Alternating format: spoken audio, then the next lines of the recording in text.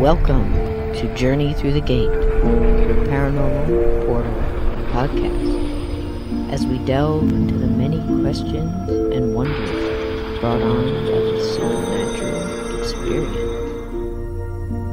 What's on the other side of the gate? Let's find out together.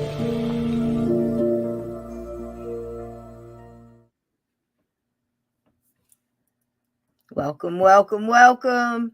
I see all these wonderful faces in here. We are all in our places with bright, shiny faces. Remember that? I'm telling you what, you are in the right place tonight, guys. This popped up out of nowhere, and I thought 100 years ago, right? What were they doing? What was scaring them? You know, what was the hauntings? We know that people are still people, right? So there was murders, there was debauchery, there was crime, there was magic becoming new to the screen and film and radio, and everything just seemed like it was coming alive, and then we seemed like we tried to stamp it all out. But for a brief time, the Roaring 20s was absolutely phenomenal. And it was so different depending on where you looked at it from. So I thought we would look into that tonight. I stumbled onto it, again, a song and a GIF. And I fell upon the face of one of the many faces of Lon Chaney. And I looked back at the particular movie and saw that it was 1923. And I thought, wow, 100 years ago. How much have we changed? How much were we the same? Were we just better at hiding it then? Is a perceived notion of what we think it was like, you know, when they were probably very much like us in a lot of ways. So I thought it'd be fun to look at that tonight. Welcome in everybody, gatekeepers. Thank you so much for being kind to everybody new coming in. You are in for a treat tonight because I researched the heck out of this. I went in and I scooped out, yes, Flapper Girls, Ted Branston. Welcome in, my love. Hello, are you kidding me? Glenn, welcome in. Vixen, Sammy Jane. Let's see who else we got. I saw somebody in here. Who was it? I know Fast Hemi and Sarah. How's your internet, Sarah? I was checking on you. Sometimes you got to go in and come back out. And if you could go in and go out real quick, if you have not hit the thumbs up, because boy, it really helps. And we need all the help we can get around here. You know, share it if you can. Welcome, Midnight Society. Everybody, if you're new, Tobias, if you're here, wonderful comments in underneath the videos, and Aunt Edna, hi, sweetie. So you're gonna love this, Aunt Edna. Get some popcorn or whatever munchies you may, adult beverage or otherwise, you know, none of our business. Just enjoy yourself, kick back, because the first surprise is you guys are going to get a kind of a double header tonight. And wow. Oh, fun. Oh, look at this. Right out the gate, Mr. Ted Branson. Thank you so much. And to the Waggy Tails, dear sir. Thank you so much. This show, thank you. Thank you. And you know, it always goes right into keeping this on the air and letting me take the time it took to research this and put these things together. I have a wonderful 30-minute video that I didn't get a chance to narrate. I was going to voice over it, but I figured I would just do it live. But as fate would have it, we have a little extra help here tonight. So you guys are going to get a double header of this guy. Look at here. Look who I got. Look who come out the grass. Hey, everybody. What's going on? Beat the grass with a stick, and look what I found. Good to be here. An old rattlesnake hiding in the sagebrush. Welcome in. This is right Good up to your be here old tonight alley. and tomorrow night to get the doubleheader. I wasn't sure if I'd be able to make it tonight. Cisco had invited me earlier in the week. I didn't want I to was say. on location today with Seth Breedlove and Small Town Monsters. Filmed 3 segments for his latest documentary that's coming up. So had a lot of fun over there with those peoples, but I got done early. I had a 2:00 call, and they messaged me and bumped it up to 1:30. They sent a car for me, and I was back home not much after 2, so I got done before I even got started. But I had a That's wonderful. good couple hours over there with those people, and I'm looking forward Everybody's to happy to see you, exactly sweetheart. Midnight We Society. How love to you hear doing, it. You love to sweetheart? hear it. Midnight You know, Society is my favorite person in the whole world. She and I are people do working it. on four, count them, four projects together. That's going to blow your mind. Two of them are Yeah. so secret we don't even know all the details yet. But Covert, be covert. prepared. Got a code word? Is it got a code title? So, like Operation Flying Eagle or Hmm. Scissor. Operation You Worcester. guys ain't got Dakota rings or nothing like that. You got to step it up. Step it up. So, man, Steve, this is right up your alley. I mean, this is. Did you ever sit back and think? I mean, serious now. 1923. That's 100 years, Yeah. and we say it so rolls off the tongue, but Yeah, it's a long time ago, and a lot of water under the bridge since then. Now, I was a late in life baby, unexpected. My parents were old.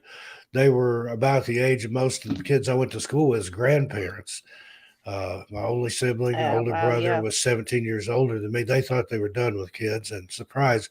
But my dad was born in 1921, so September this year, he would have been 2 years old when all this was going on. Probably no memories of it, but he had stories. Stories. I'm telling you, I was looking back too. I'm trying to catch as much as I can from the chat. I'm just so excited. Uh, that's the thing. You wonder because I'm always trying to pick apart, trying to learn from the past. I think it's wrong. Probably one of the most injustice things we can do is change history to fit how we want it to be. If facts are facts, like a lot of people that were now looked upon as being bad for civil rights or freedoms or anything like that actually were fighting for it. Like Frank Sinatra. He did so many public what do you call those little videos and stuff that they come out and do? Public Not just service announcement, thank you, PSAs. and little videos and a song, And on for the how war because effort and stuff, they sold yeah, war bonds. They helped raise yep, the scrap metal drives and a lot of things that were going on during wartime. But they were acting. I mean, at one time, Frank Sinatra was the voice. He was like a matinee idol when he was oh gosh, young. yeah, oh He oh, was all the absolutely. ladies, all your grandmas were throwing their Did you panties say at Frank you Sinatra. didn't say what I think you said? What That's did okay. There's what no way you said it. If you did, we can't do anything about it. So just keep going. what I hope you did though. I said a matinee idol. No, no, no, don't even go over it because I can't say what I think you said. About the granny panties? No, no, no, no, no. About Frank Sinatra. Yeah, that being well endowed. It sounded to me. Oh, That's what no, I no, no, no, heard. no, no. I If did somebody not might be, say that. I can't speak to that. well, movie star magazines and But stuff. Frank was a card. He didn't. People kiss and tell. He drove his golf cart through a hotel My window grandma would have been in what? uh, Yeah, my Desert grandma too. Springs. My nana was Um, born in Winetta Gifford. God bless her. She was born in 1890, so she'd have been right up in this.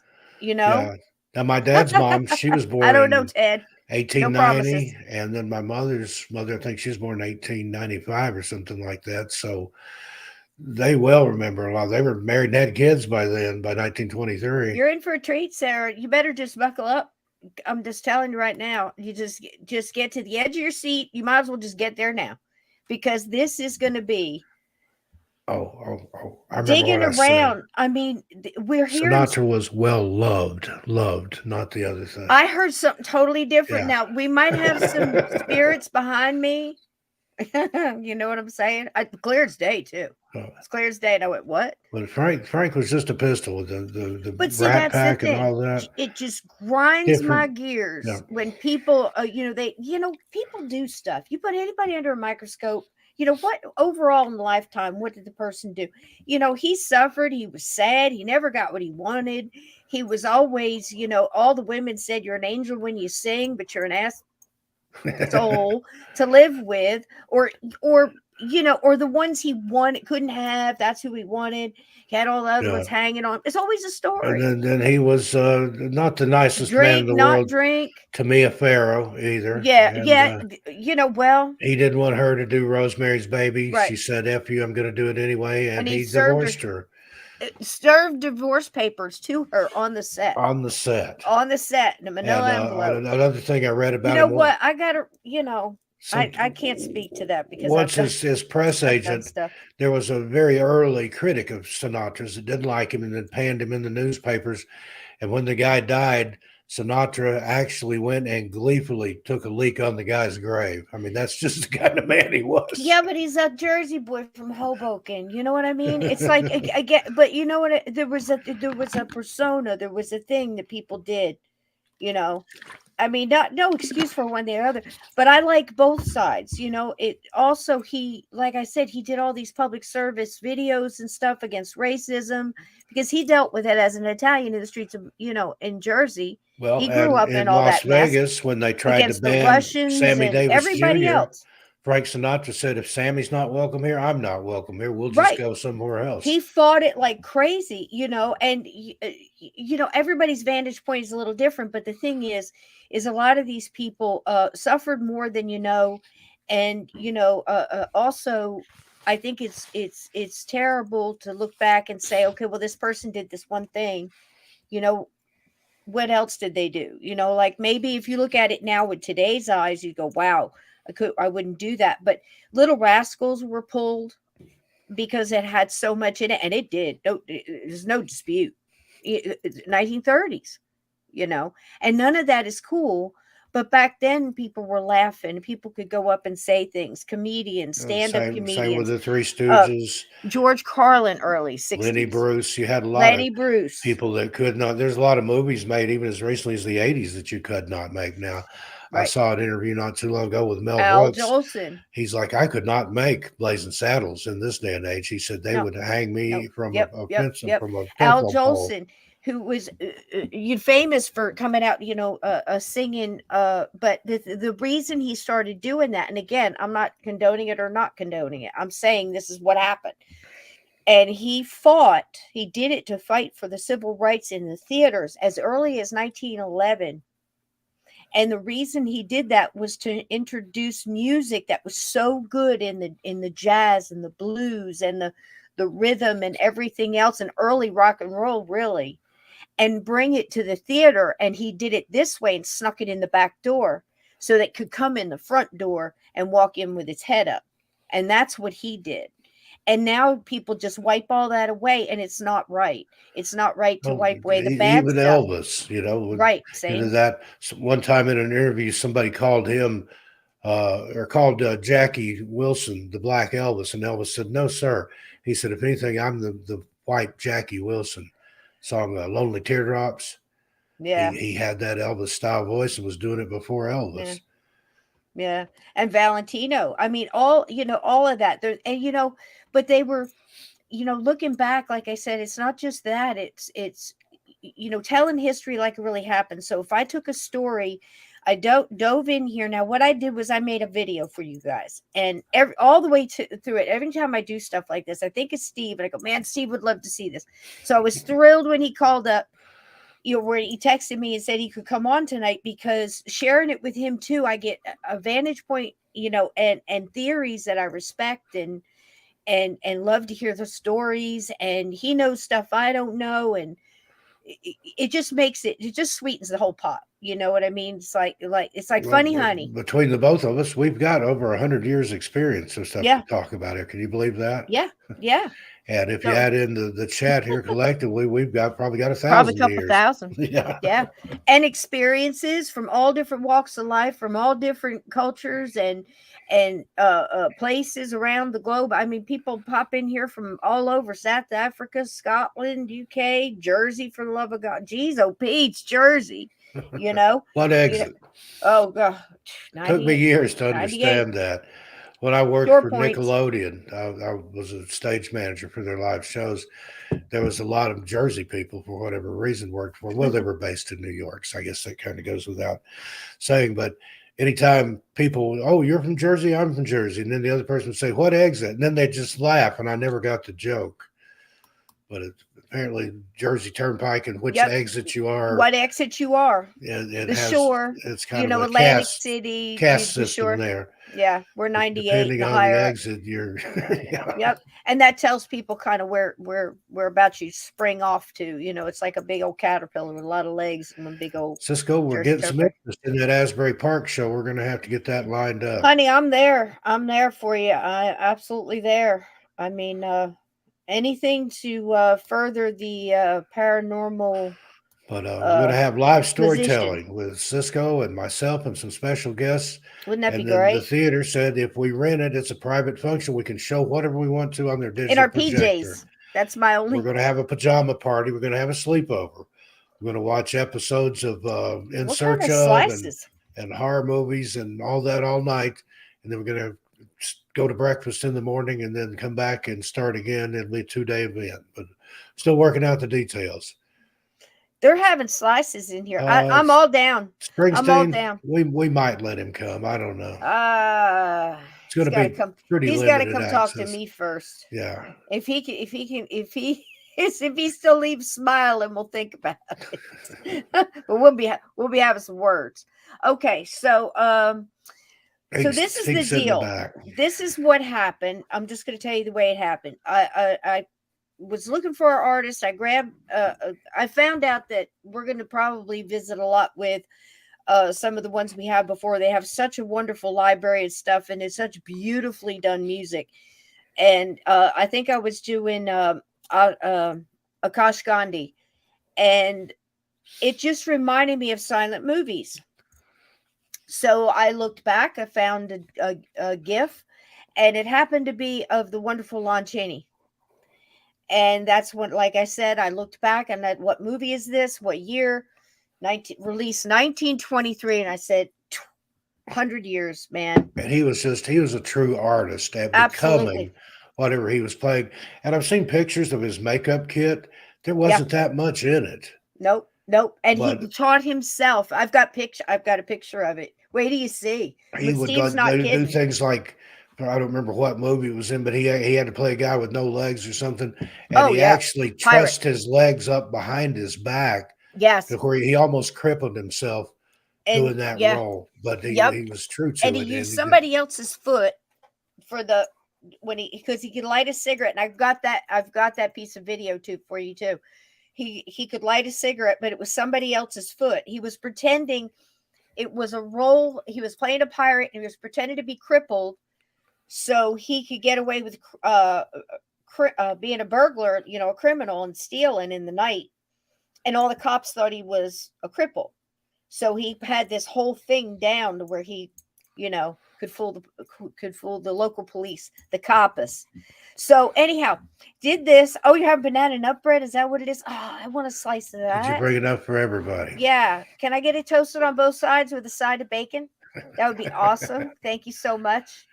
No hurry. Banana nut bread bacon sandwich. Okay. So no, I don't want it together. I want it on the side. I don't want to eat it together. I do like a bacon sandwich, though. My mom used to make very good bacon sandwiches. I like a bacon, lettuce, and tomato sandwich. Hold the lettuce and tomato. I just like the bacon. It's probably the best chicken Alfredo I think I've ever had, Steve. And that's saying something. It had really good flavor. It was just really good. So, and I'm still hungry. I wonder why. All right. So anyhow, here we go. It's legal in Jersey.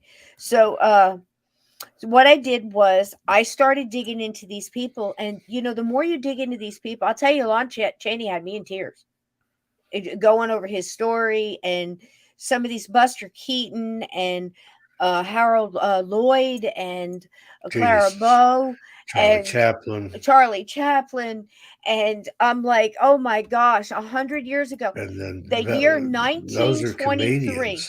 And then you had Valentino, you had Bela Lugosi, you had Theda Bara, you had all these who were some of the Clara Bow, all these just wonderful, wonderful people. Now some of them didn't survive the transition to talkies. That's true. But and that's funny because 1923, if you think about it, you're 3 years into Prohibition. You're just just a mere, what, 6 years from the stock market crash, mere years from the war. Over in Germany, Well, you just had one Hitler's war. You already just kicking. had World Yeah, War One. yeah. Germany, Hitler's starting to dig around. And all that's in here because everything I did was exactly 1923. If we talked about a movie, it was released that year. A book, anything else, exactly 100 years ago. And you'd be surprised how much like us they were. Just like us. Hey, Pancakes in the chat there. He says, Hey, tell you, he pancakes said and hi. bacon. Hello, honey. Welcome in. Hey, Rated Pantage. I hope I'm Bacon. saying that right. It's like Hello, Mazzy welcome. Paz. I call her Marzipan because I'm not sure if I'm Marzipan. saying her name I will right. too now. Paradox. Bernice. All right. So, what do you say we kick this mule? So, Roll that beautiful bean here we footage. go. 1923. I hope this takes you back. Now, I'm going to stop at a couple places through because I have some slides that go with some of the people. And I'm sure Steve and I are going to have a couple things to say along the way. It's a Is anybody 30-minute in the video. chat alive in 1923? You said you're going to take them back. So, oh my goodness, we're going all the way back. We're going back. We're going back. We're going back. You're going to feel like you're going back because this is. I'm telling you what, this is this is a grade A video Radio here, Vault, guys. I agree. The Three Little bit of Stooges everything. are still funny, especially if you have some funny honey like Cisco's got. Yeah. Put on some old Looney Tunes before they started censoring those. Yep. And or just some have a good Laurel time. and Hardy, or some Three Stooges, and you can't Yep. help but laugh.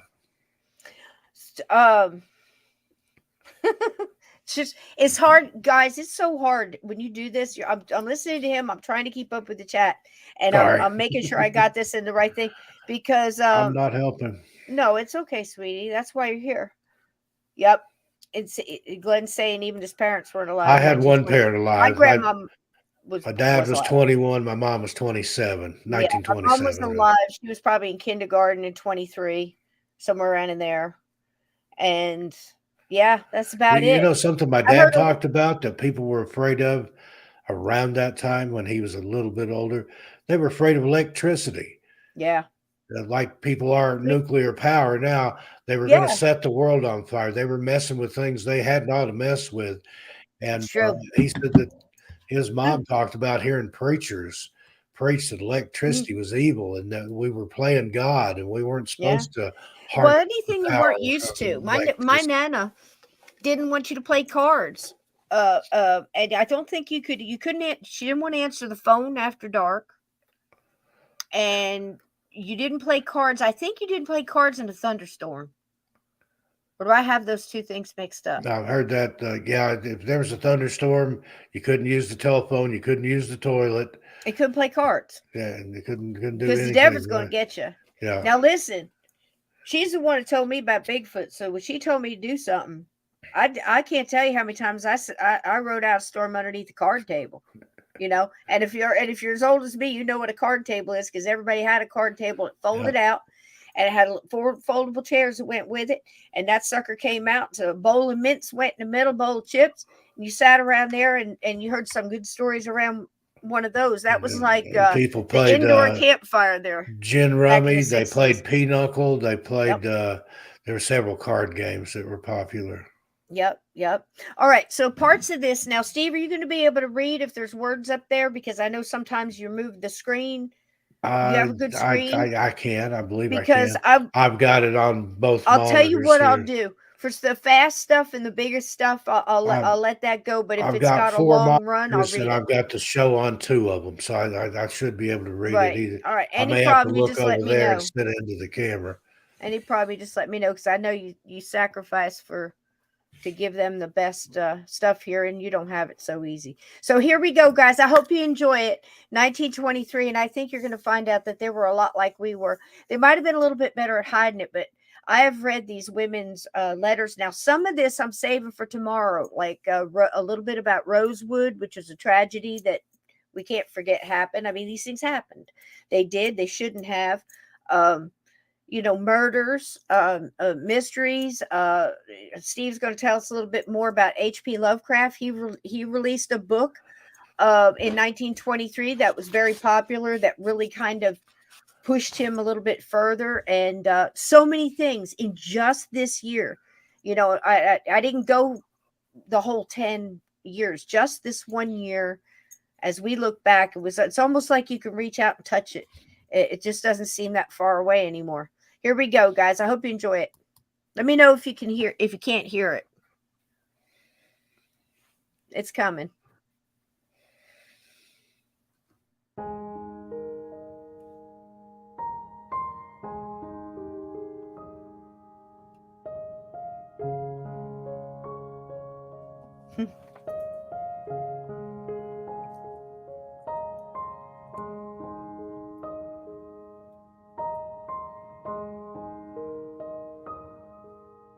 Look at that, Steve.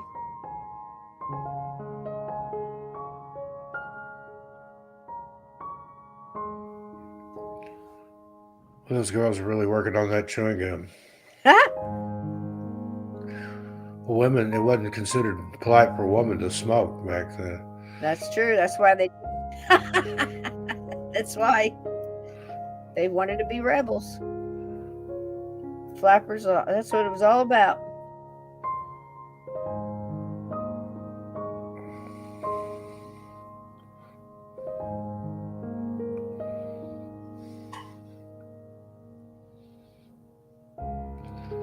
What a waste of good whiskey. I know. And I don't drink, but I hate to see anything go to waste. Yeah. Look at that. New Year's Eve, 1923. Incredible. This is during Prohibition, by the way.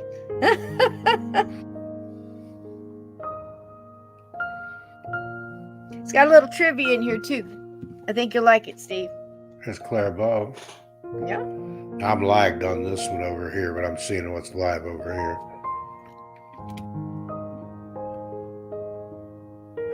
Radio ball. Two things must come to an end: a whistling woman and here a he crow. is. There Yeah, he boy, is. My grandma, if she heard a hen crow, that hen was dinner. That was bad luck if a hen crowed and they could figure out which one it was. They cooked it for dinner. 22 and 33 cents, Steve, for a movie ticket. 33 cents was the good seats. Yep. And #1 songs. Now look, the way everybody was talking, and look what #1 song. Bessie Smith. Unhearted Blues. How about that? With Clarence Williams at the piano. And yes, we have no bananas. Irving Cohen. Yep. Now, who won the 23 World Series? Anybody know? I'm guessing whoever Babe Ruth played for. Here it is. Opening day. Was it the Yankees? Look at here. Opening day. It opened in 1923, and it was the Yankees over the Giants, 4-2. How about that? There it is. That's what it looked like in 1923. And that's when the sports writer Lieb gave the nickname. Anybody know? The house that Ruth built. Yep, it was. Look at that. There he is. Look at that rare piece of film there. And that's what it looked like. No, Yankee Stadium doesn't look like that now, I can guarantee you. The Sultan of SWAT was one of the names that he was known by. Yeah. Bologna was 19 cents a pound. A man's mohair suit, $13.85. Pepsi was a nickel. First class postage, 2 cents. Yep. But bacon, sugar cures, 25 cents a pound. There, Steve. Lots of love. And there he is, Buster Keaton. Looky here. Bathing suit was $1.98, $4.98. Well, those were daring swimsuits too back then. Yep, just starting First to get time going. women had shown that much flesh. Yeah, there they are. And I got something else I'll point out about that whole flapper era style too that most people aren't aware of. Now, who is this? What motorized construction vehicle came out in 1923? Anybody know? Probably a steam shovel. Close, Steve. Bulldozer. How about that? Yep. Cleared a lot of ground, I'm sure. Here they are. Amazing. Just 100 years ago. Blows my mind. Now, what 45-foot tall icon was established on Mount Lee in California? The Hollywood the Land. Hollywood sign.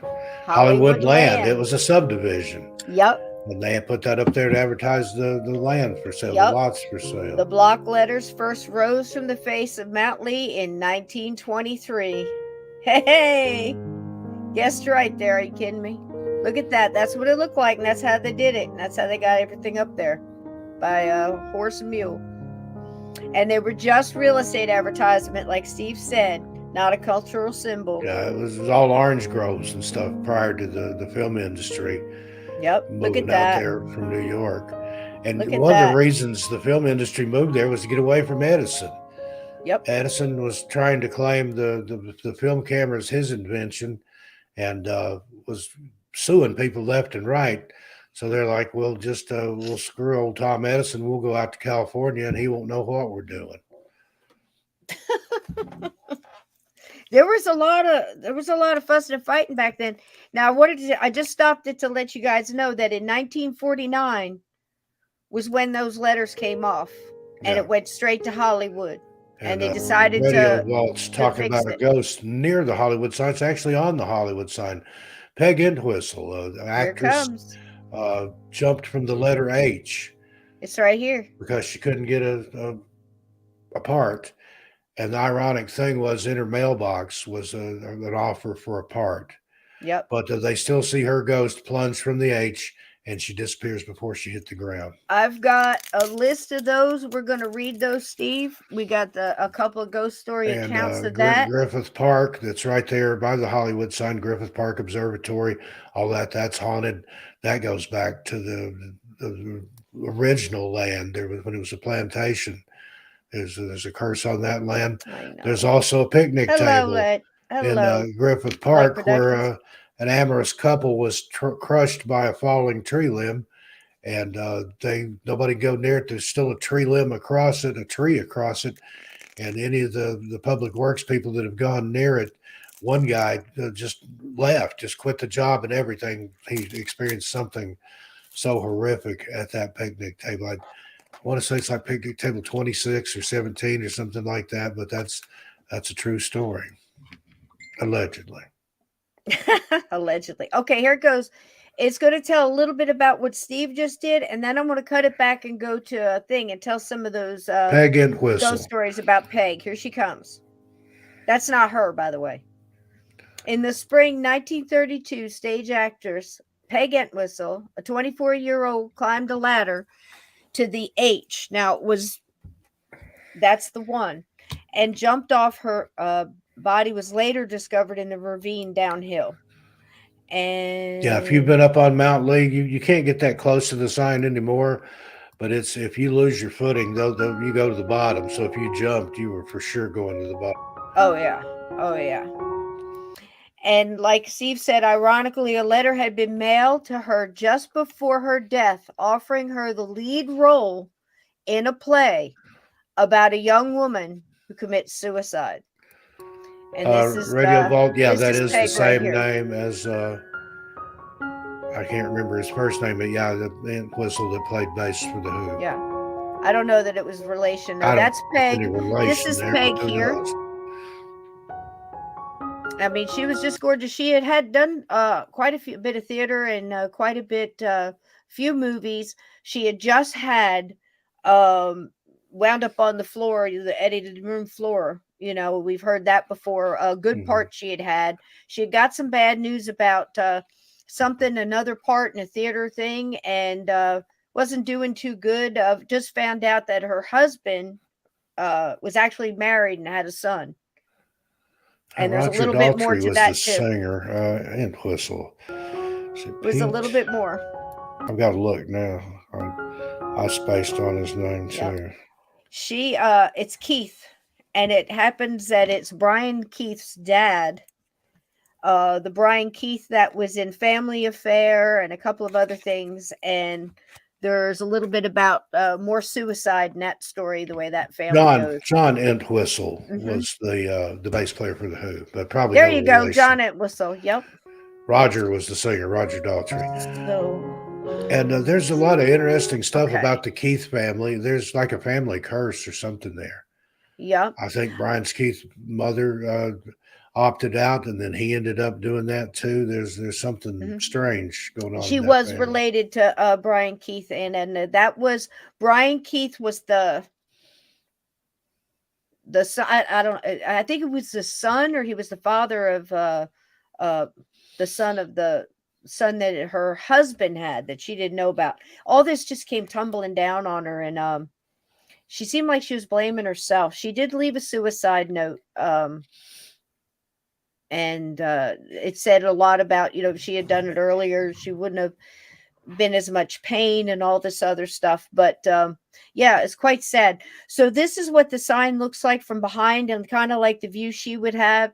And her ghost is still seen around that Hollywood sign. And on the night of September 18th, 1932, Peg was believed to have climbed Mount Lee in Los Angeles to the site of the famous sign, which was then, of course, spelled out Hollywood Land. Peg took off her coat, folded it neatly, and even put down her purse before climbing the ladder up the 50-foot H. And then she jumped to her death. Now, let's see here. Take this down. I want to try to share this one because I wanted to tell you a few ghost stories. Oh, well, they may have been related. Turns out she was a British actress, which I did not know. Yes, it's So she possible. may be related to John Entwistle, indeed. It is very, very I'd possible. forgotten that she was British.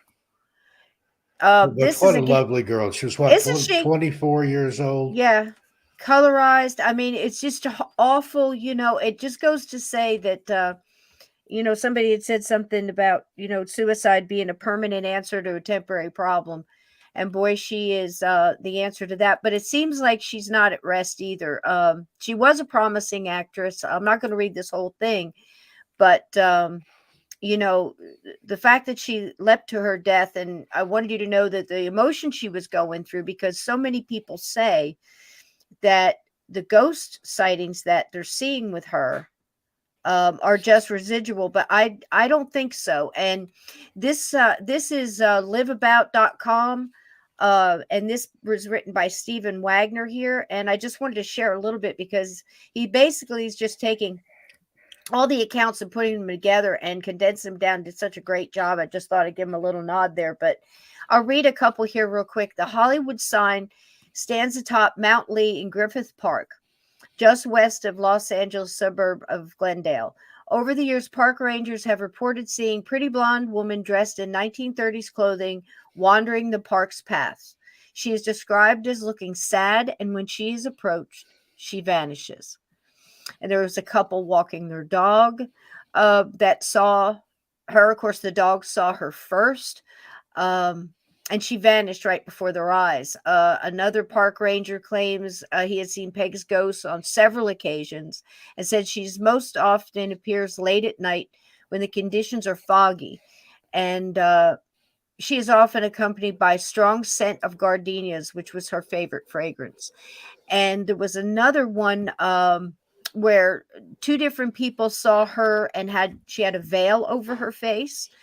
And also there was a famous one where they were on Paranormal Witness, and it was a bunch of kids, young teenagers, that kind of dared each other to go up and climb the sign. And as they were running up, they passed a woman that was just like trudging up the side of the hill, like she was having no problem walking. And each guy gave their own, teenagers gave their own account, and they all saw the same thing and had the sadness. They smelt the gardenias. They felt that she was determined.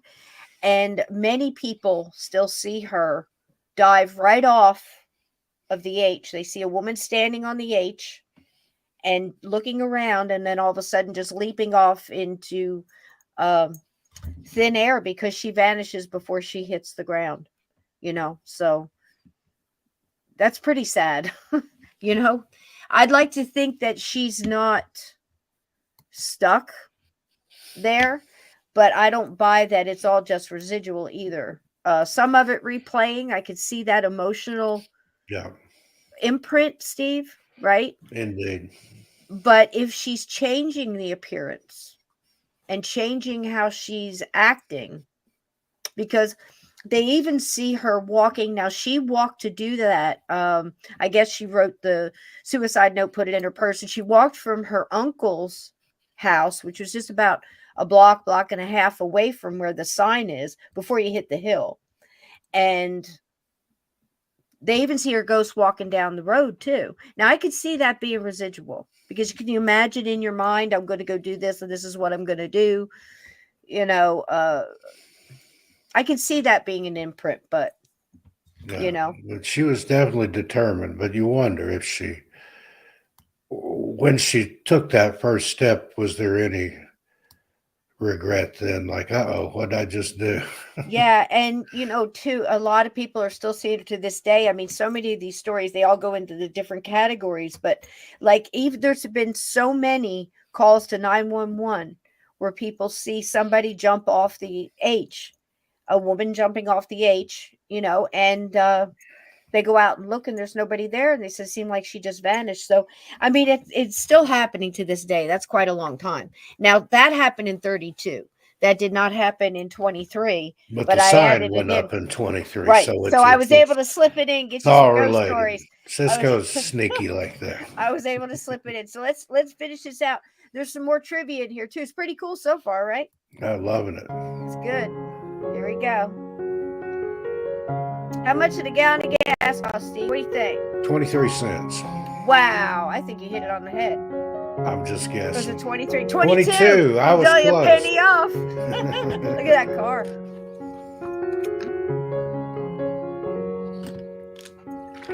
It's a lot of tragedy too. 1923. 140,000 people. The Great Kanto earthquake. Japan. I was trying to think of something here, but yeah. Yeah, I tried to take around the world, for everybody. Look at those faces.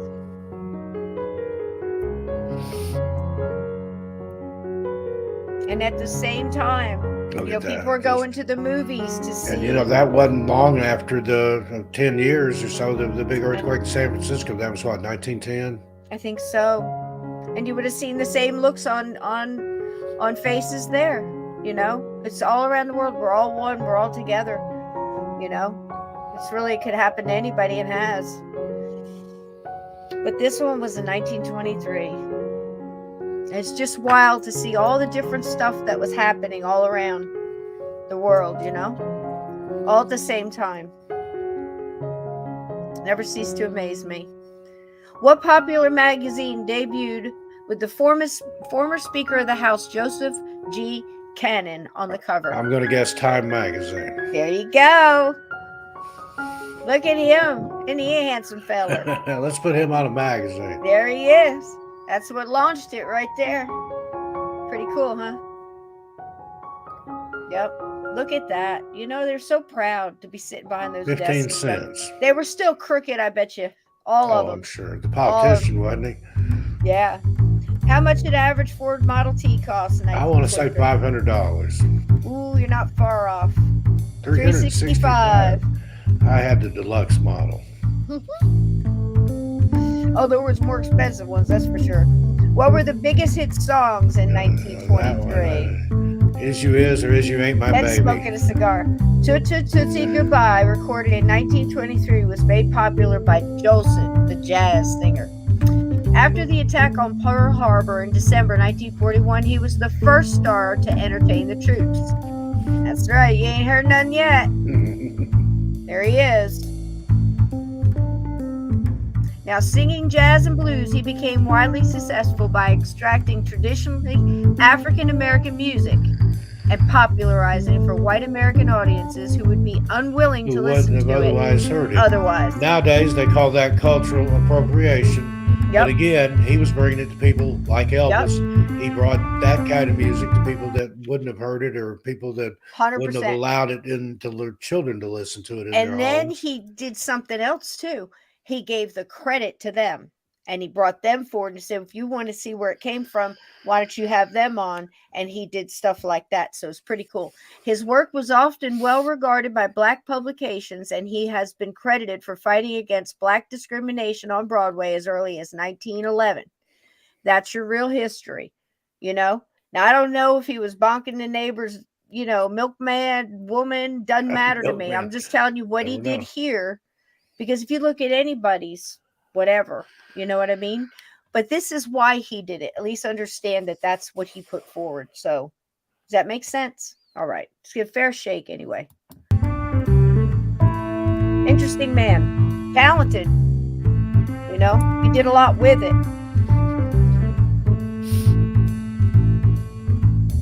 That's right, AJK. He'd be canceled. He died of a massive heart attack on October 23rd, 1950. His last words were said to be, "Oh, I'm going." He was pretty young. Jolson in 1924 with President Calvin Coolidge. Look at that, Steve. Look at old Coolidge.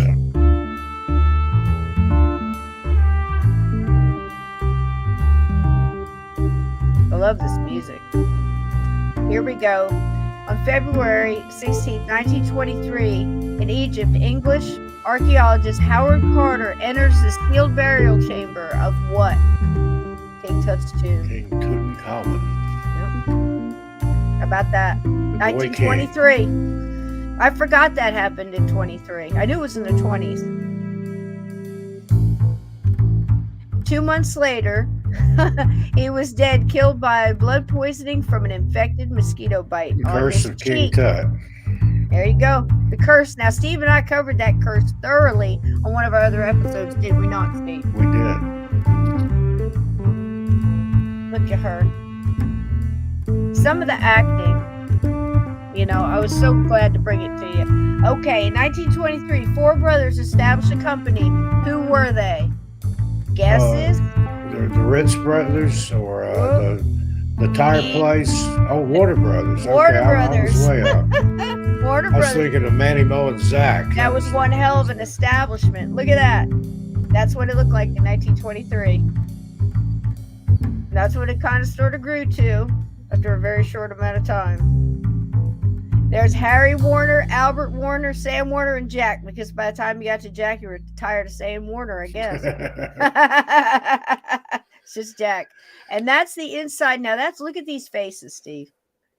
This is 1923. I forget what movie said it was on, but this is everybody, all the extras and everybody having lunch together. Back then, that's the studio commissary right there. Stars and everybody ate together. And most of these look people at were hired. Those planks. You could throw a cat through those cracks in the floor. Just beams and roof over it, and that was it. Here, go sit here and eat. Wait till you're called. Yep. $1 a day. Most of the average pay for extras was $1 a day and 3 meals, and people jumped on it. $1 a day was good money. Yep. If you could buy a car for $365, that's they were living large, Steve. I'm telling you, people just clamored. Now that didn't last long. That that was the heyday. But there you go. Oop, what happened? I did something. There we go. Look at those faces, though. In the 1930s, Warner Brothers was producing about 100 motion pictures a year and controlled 360 theaters in the United States alone. Buster Keaton. Buster Keaton. One of the best physical comedians ever. Yep. Gloria Swanson in 1923, Zaza, one of the movies Swanson was most proud of. Look at her. Ain't that some 1920? Look at that. Look at that Z. There she is. There's Mary Pickford and Dorothy McGill. Clara Bow in Maytime, 1923. The It Girl. She had and Greta Garbo. And here comes Charlie. And interesting thing there, Warner's, they started the studio system where the studio owned you, and you did as you were told. You were under contract to them, and that's how Clara Bow, I think Errol Flynn, and Charlie Chaplin broke away from all that, and Yep. that's where Started United their own company. Artists come from. I don't know Yep. if you were coming to United that, but Artists. United No, I'm Artists, glad you brought it up because I didn't. because I the was going to artist add it, but that's didn't it. want to United be Artists. just, and that's where they got the name of the artist, because on those contracts has your name where you sign in blood, herewith referred to as the artist. That's why Prince changed his name to the artist. The artist. That's right. Yep. He's a talented guy. You'll see here that's coming up. Yeah, he's skinny. Look at that. I love this picture of him. Isn't that wonderful? He was having a good time. We're having a good time. He had a good time, all right. Bless his heart. It's Charlie Chaplin, who this famous character, the Tramp. And you may have seen it. There's a time traveler in a Chaplin movie, apparently. I don't know if you Oh, wow. have any of that footage or not. Look at this. This is from The Kid, which Do you was know who made the kid? famous You know who the in kid was? 1924. The Kid came out. Do you know who the kid was? Jackie Coogan. Jackie Coogan, none other than Uncle Fester. Look at these. Later on, the Yeah. Addams Family. Isn't that something? Look at these movies. This is And, just a smattering of these There movies. was one time on the set when Jackie had to cry, and the director took him aside and said, "We killed your dog," Oh my and God. actually made him cry. Just Look to, at these. to get The that graphics take, and on then these. afterwards they brought the dog out and said, "No, we're just messing We're with just you, kid, messing but with you. thanks Uncle for Fester, crying." that's right. But look at the graphics on these movie covers. Look at the graphics. Incredible. I mean, it's just for the time. And I that's went back not and got you guys the photostatic originals. or anything. That somebody actually drew that, painted that. That's Yeah. Oh, yeah. that's talent Hand done. there. Hand done. And I actually went back and got the originals that they had put out around 23. Now, some of those, the one that he put out in 23 was The Pilgrim. But all of these were right before, right after, or during. He was all over the place. He was doing shorts. He was doing full films. And if you notice And back some on other these stuff too. He had 11 covers, kids with 3 different wives. yeah. Did you see that? He Well, had a hobby. right here, I think it had, yeah, right about here. All of Look at these. those girls. They just adored Chaplin. I know, absolutely. Isn't that a beautiful picture? I love that Now picture. that was 3 wives. Who knows how many illegitimate children he may have fathered? This is true. I never heard much about him. I mean, yeah, he was married a lot, but anyway, I love this collage too.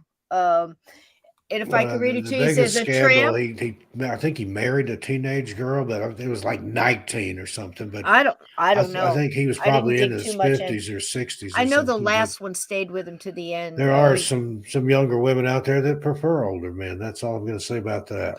Well, a lot of women say, if you can make me laugh.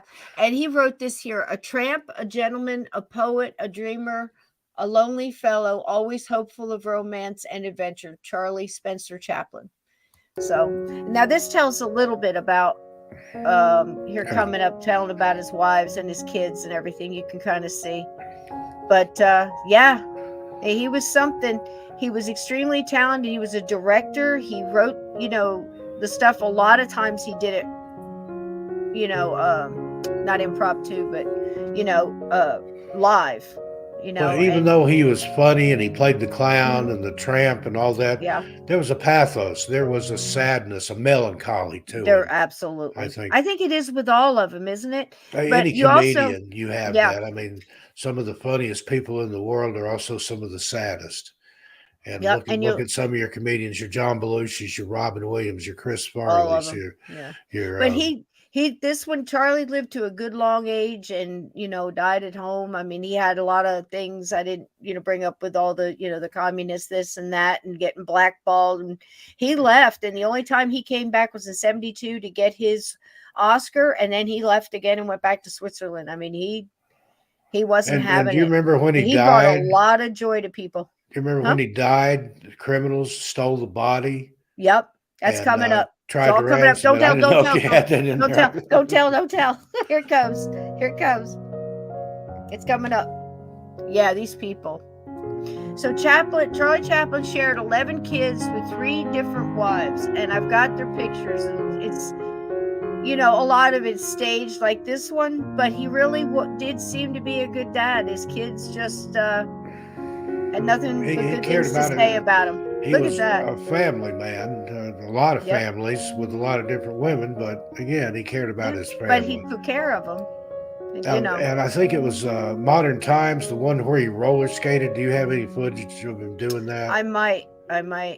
Did you know that before that he had never roller skated? That he taught himself how to roller skate for that I movie, think I saw that. and he was out there just doing this amazing stuff, like Amazing. dancing on these roller skates, Yeah. and He's he taught amazing. himself how to do it. He was just Yep. he was like Chaney. He did whatever he had to do to become that character. The script called for me to roller skate. Nowadays they'd have a double or they'd CGI it in. No, he strapped on the skates and probably fell on his butt no matter how many times, and he taught himself how to do it. Yep. He was quite the guy and a wonderful cello player. Now the kid, I was wrong. The kid was 1921. The kid was released in 1921, and it was Chaplin's first feature-length movie with Jackie Coogan, and that's Jackie Coogan right there, guys. Look, can you imagine? That these people work so hard. It's so easy to say. Chaplin wrote, produced, directed, edited, and starred in The Kid, and later composed the score. And that's something. Now, The Pilgrim was released in 1923, and that's the original cover. And if you notice, it says 4 great reels, and that's how they talked about the length on the movie, Steve. It's how many reels it was. And Some up of them until 2 reels, 6 reels. until they have the digital projectors, if you would watch, a lot of times when you were watching a film, up in the corner of the screen, there would be a little dot that would appear.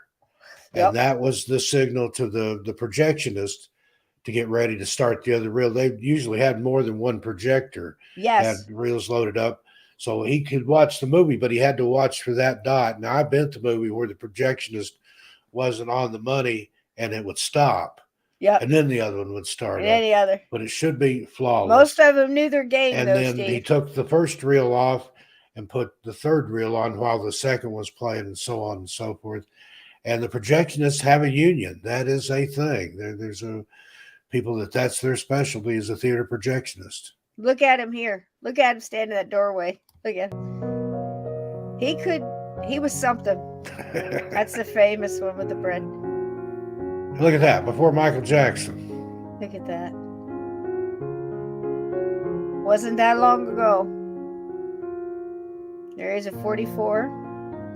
In the early morning of Christmas Day, 1977, Chaplin died at home after having a stroke in his sleep. He was 88 years old.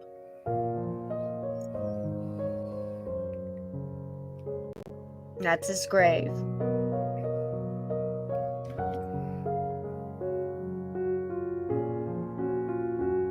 There he is, and that's 1917. And there he is just after that video.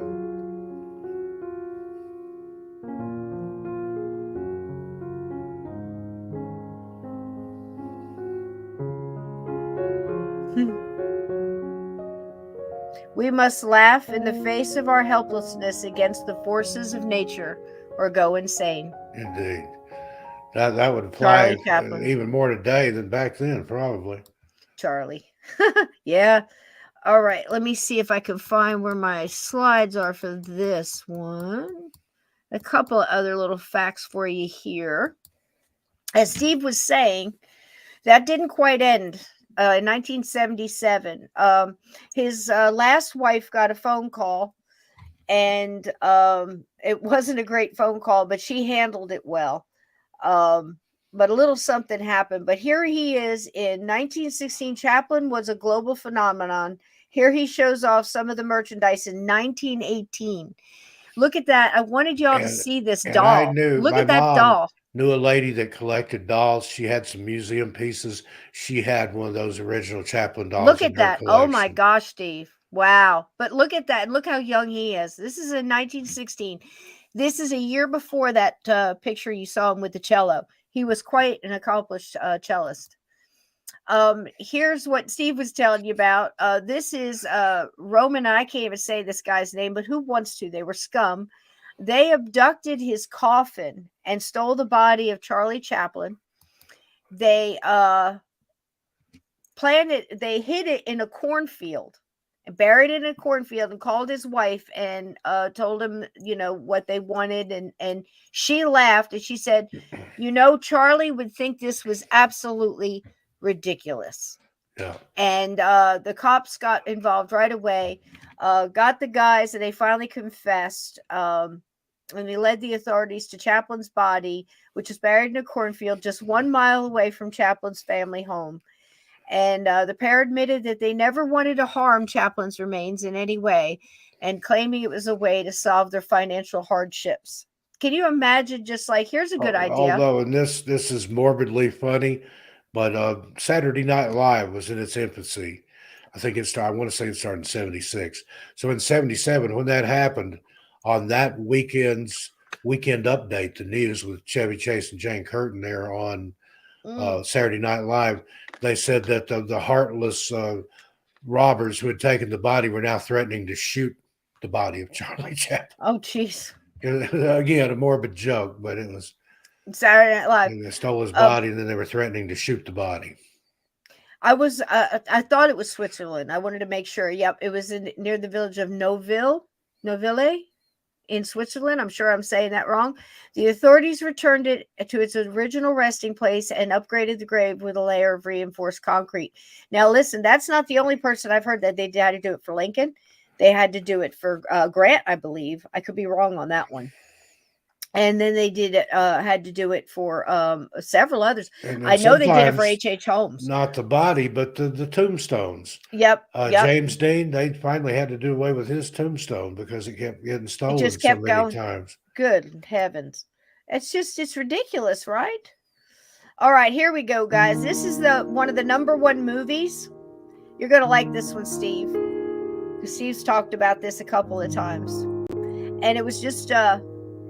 it was a Western, and it was about 2 wagon caravans. They converged at what is now Kansas City and combined for a westward push. One of the highest grossing films of the years, advertised as the biggest thing on the screen that they had seen since the birth of a nation. And one of the people that was in it, that starred in it, was Alan Hale Sr., and Alan Hale Sr. of the skipper from is the father of that guy, Alan Hale Jr. And Alan Hale Jr. had a restaurant, I think it was in Santa Monica or San Diego, called Alan Hale's Lobster Barrel. And he had a lot of the memorabilia from Gilligan's Island and from some of his father's films and stuff. And sadly, they had some films. It burned down. But he was the maitre d'. He would wear his skipper outfit, welcome people in, help them find their table and stuff. He was just a genuinely caring, nice man. It does remind me of that. You never hear anything bad about Alan Hale Jr. No, you don't. And you should see his daddy in some of his star portraits where they're all dressed up in their tux and everything. My God, he was a looker. Yeah, I mean, and so many films. These people did so many films. It's insane. It's like they were all Nicolas Cage back in the day. Yeah, it does remind me of the Oregon Trail. Those character actors that were part of the studio system, you gave whatever they handed you to do. You didn't have a choice. It sure was. And you might do 100, 200, 300 films a year as an extra or bit player, as they called them. Yep. And a lot in the 40s too. That's right. Now, 10 Commandments, Cecil B. DeMille. Here we go. This is a little bit of him. That was huge in 1923. American-style religious epic film produced and directed by Cecil B. DeMille. Mr. DeMille, I'm ready for my close-up. Ready when you are, CB. Look you at ever the heard cost. that story? It about tripled the money there. It grossed almost 3 times. 10 Commandments. And those sets that you're showing right there, that was built out in the desert outside Los Angeles. And recently, a few years ago, they went out there because he just had them bulldoze it when he was done. And Yeah. they've actually found bits and pieces of it out there because the headline was like Egyptian artifacts found in California desert, but Wow. it was where they had tore those sets down. Why on earth it didn't occur to anybody to That's funny. preserve that? And they found some bits and pieces of it, but yeah, they just tore it down. Wow. Nope. That wasn't the Charlton Heston version. Yeah. This one was 23. I don't know when the Heston was that in the 60s? I think it was. I think so. 60s, 50s 50s, or maybe the 60s, I Heston. think. I think so. But this was incredible nonetheless. I mean, look at the detail. Oh, here we go. Oh, the comedy. Now, Laurel and Hardy was not in 23. They were a couple years later, but this guy was. You remember him? Harold Lloyd. Safety Last is 1923 American silent romantic comedy film And a starring lot of that Harold stuff, Lloyd. he did his own stunts. When he's climbing some of those buildings and stuff, he went out and He did climbed the every bit of it. building. He did every And bit they of it. didn't have any net, any safety wire, anything. If he fell, that was the end of Harold Lloyd. Yeah. They did a lot of it with angles. I actually researched how they did the shot because they were back up on the thing and they did a lot of it with angles, but he was absolutely, a couple of floors up. There was a mattress underneath him. He didn't have much. Yeah. If he was 5 stories up, now they, like I said, they had a ledge, but they worked it out with some, like if you see the clock come down, they had some heavy cables there, but that's about it. I mean, he really went for it. So the film was highly successful Him and and Buster critically Keaton, hailed, too. and it cemented Lloyd's status as a major figure in early motion pictures. Harold Clayton Lloyd Sr., April 1893 to 1971, was an American actor and comedian. Look at here. And this is all from Safety Last, 1923. And we've all seen it. Yes. We've seen the clips. Look at this. And it's all for a girl. I love in this last picture, he's walking and he even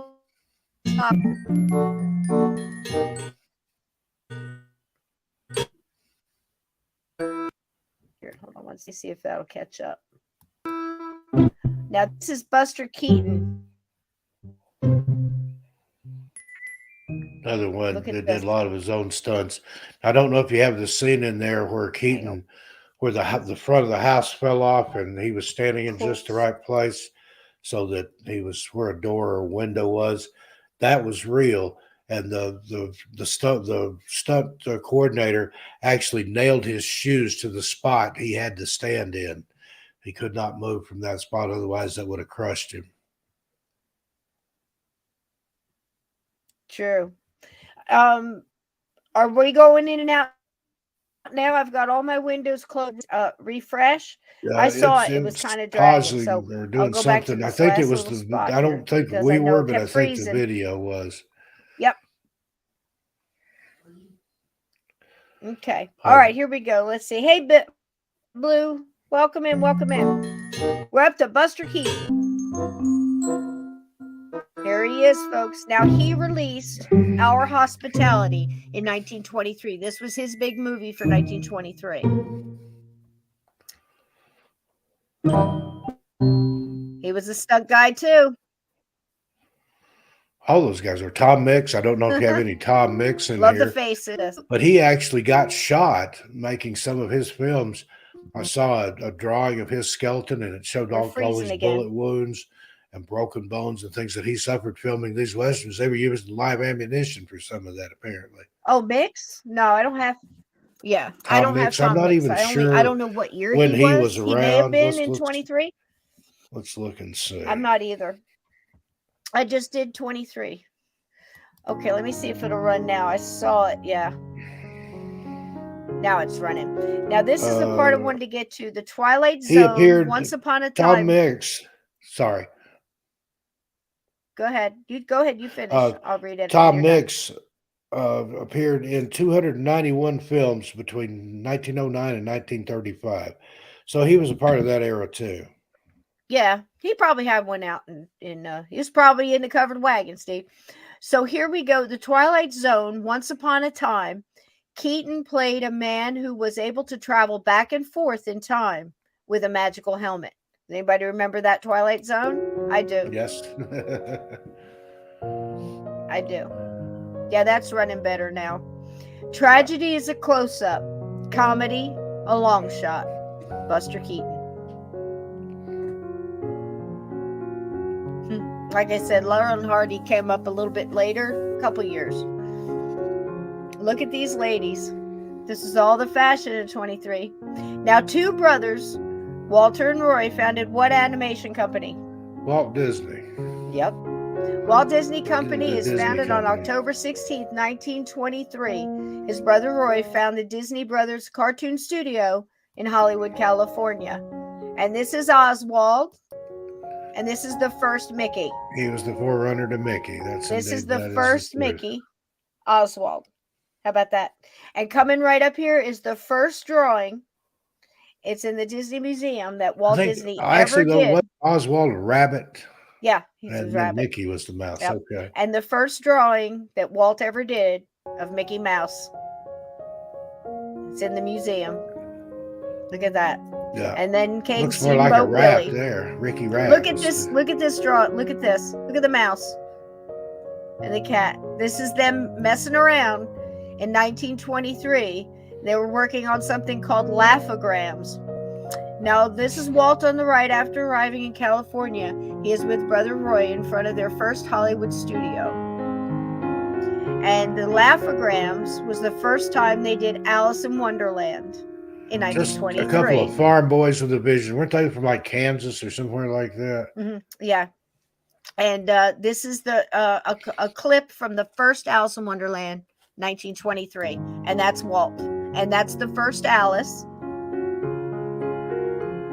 And there she is, Virginia Davis. And they developed a lot of techniques in animation where they would have it on several different like, panes of glass. The camera, the depth of field, because different parts would move different ways. And that's things. 100% true. Yeah. That's how they started out. Meanwhile, Adolf Hitler leads the Nazi party in a failed coup attempt in Germany. Sad part is he'll keep trying. This is Berlin, 1923. And that's Berlin. Here we go. Now, the books and magazines of 1923 were a mix of murder, romance, and mysterious happenings. Sounds kind of like today, huh? Yes, just like us. There you go, Steve. Weird Tales. A tale of 1,000 thrills. The Ooze. With a whispering thing. Look at that. Amazing Adventures. Sounds like we would have read those, Steve. Look at that. Look at the drawing. All hand done. And read a lot of those pulps. I love Weird Tales and some of those old creepy magazines. That's where people like Lovecraft got their start. Yep. Was writing for those magazines. And from his granddaddy. And that he definitely did. That's where he got that start. The people of 1923. Wait a minute. I messed up somewhere. I'm going to have to step away here. Go ahead, honey. Have to go return my coffee to the earth. Well, sort of. It'll get to the earth eventually. You can still hear it, right? I've got the executive I'll stop it if we get to a real good part. Okay. I shouldn't be long. Mulder will probably need out too, but I'll be right back. Okay. The people of 1923 liked a good scare too.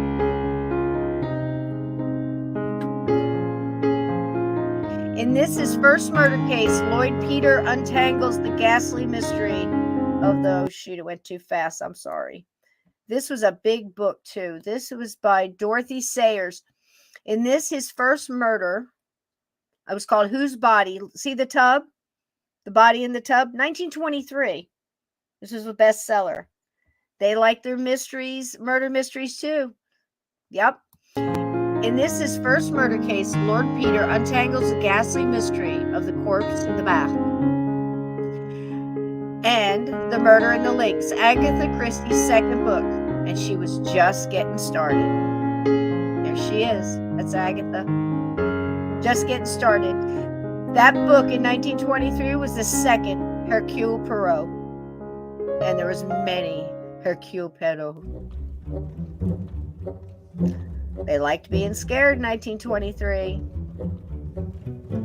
Howard Phillips Lovecraft, August 20th, 1890, March 15th, 1937, was an American writer of weird science fantasy and horror fiction.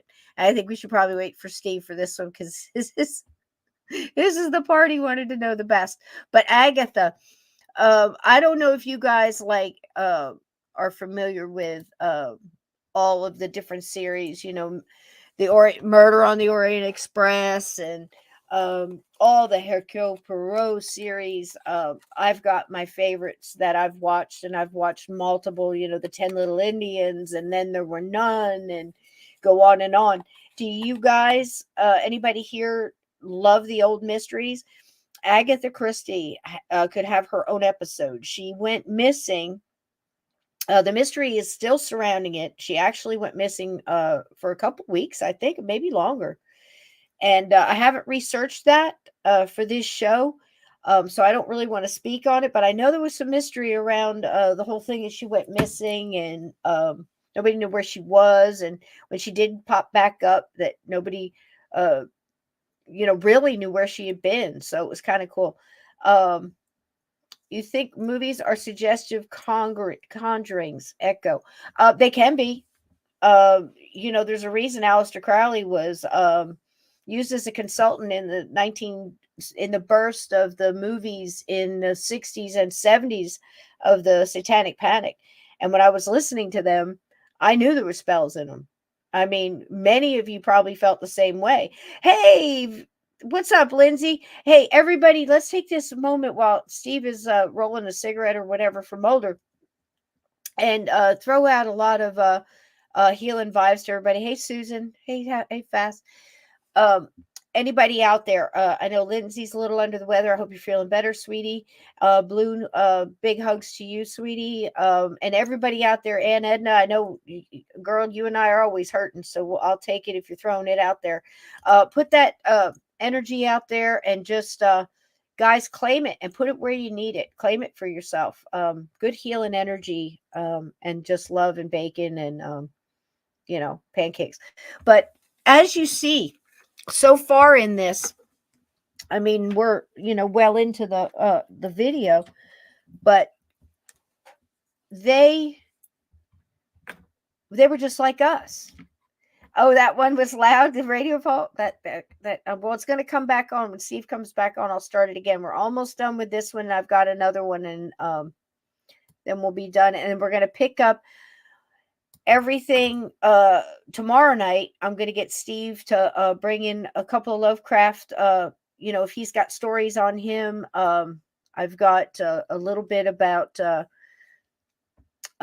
murder. It wasn't really a mystery, but it was a murder nonetheless.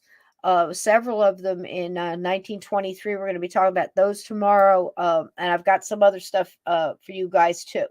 So when Steve gets back here, I'll finish this up with HP because I don't want to do the HP without him.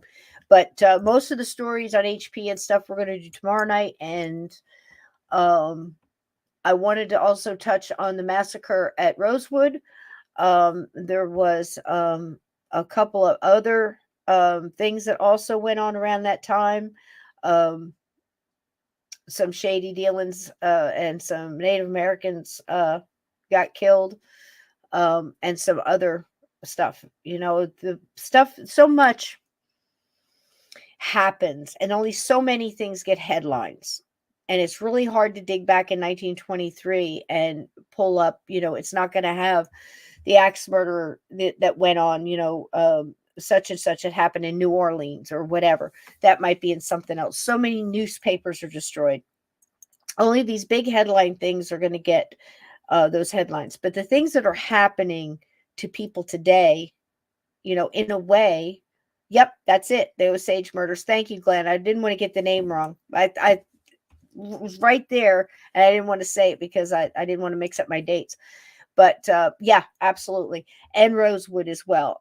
Many people were basically massacred there out of just hatred and ignorance. And, there was some other things I wanted to bring up too, and I can bring up while Steve is not here. there was something before we finished that video. And Peg, man, what a sad story. I wanted to clear up a couple things. Looking up in 1923, a lot of these things are popping up, but mainly it's coming up because of the show, which is a terrific show, by the way. Paramount uh, Plus, I think, has it, and it's a spin-off from 1893. Yeah, 1893, I think it is, and Yellowstone. So that whole epic thing where everything is spinning off of each other, but they're basically following the Dutton family. So because it's called 1923, when I'm pulling up ghosts and hauntings and murders and all this stuff, I kept getting stuff from this show, right? But two things caught my attention. One, there's a story going on right now that's out there. If you put in ghost in 1923, it's going to come up that they were seeing a lot of ghosts on the set when they were recording that. Well, it turns out after research that what it actually is when they were on the Queen Mary, and I believe it was Spencer Dutton was on the Queen Mary. I think it was one of those parts. The camera crew and everybody, of course, they're taking pictures, they're taking stills, they're taking film. And at one point in time, they got several pictures of a glowing form actually sitting at the keys of an old piano, and it was moving in several different pictures. So it wasn't stationary. It was actually fluctuating in different pictures. And then nobody ever saw it till after the pictures were, of course, developed and gone over, and then they talked about it after it happened. So but the clickbait headlines are, 1923 star tells grueling story about horrible haunting and poltergeist activity on the set of, and then you go down and you dig. But isn't that the way it goes? That's why I'm here to tell you, looking back 100 years ago, that some of these people did some really good things, but you're not going to hear about them now. And your grandkids aren't going to hear about them now unless you tell them, and keep the history straight, because now they're changing definitions of words and stuff. So you better believe they're changing history. But one of the things also in 1923 that came up, which I thought was interesting, was in yet another ghost story. But this one happens to be somewhat true. Uh, they say ghost ship, we talked about that on our ghost ship episode, is just a ship that basically shows up without a crew, or was run aground and somehow got loose and goes off and floats around without a crew. This is a ghost ship. It doesn't mean, hey, tales told in the dark, hey, sweetheart. And so it doesn't necessarily mean it's a ship that is a ghost. Okay, so right away you got your clickbait: ghost ship, da da da, true story of. Okay, yes, the truth is just as cool. In 1917, the French port of Cherbourg in English Channel, I know I butchered that. I apologize to all my mates out there, was made aware that a ship had run around at Roselle Point, just to the south. The ship, a large three-masted sailing vessel, was identified as Sabrina. Now, one of the episodes of 1923, now we are talking about the series again, was called The Ghost of Sabrina. When the rescue and salvage crews approached the ship, they found her in good condition, but there was no sign of her crew, and no reason for them to abandon ship was found on board. The journal was there. Everything was there. There was no reason for this and it was like, 2 days. It's gone. Even stranger, she had been at sea for 2 days. No trace of her crew was ever found. What happened to the ship in those 2 days? And I messed that up. But did the crew of how did they vanish?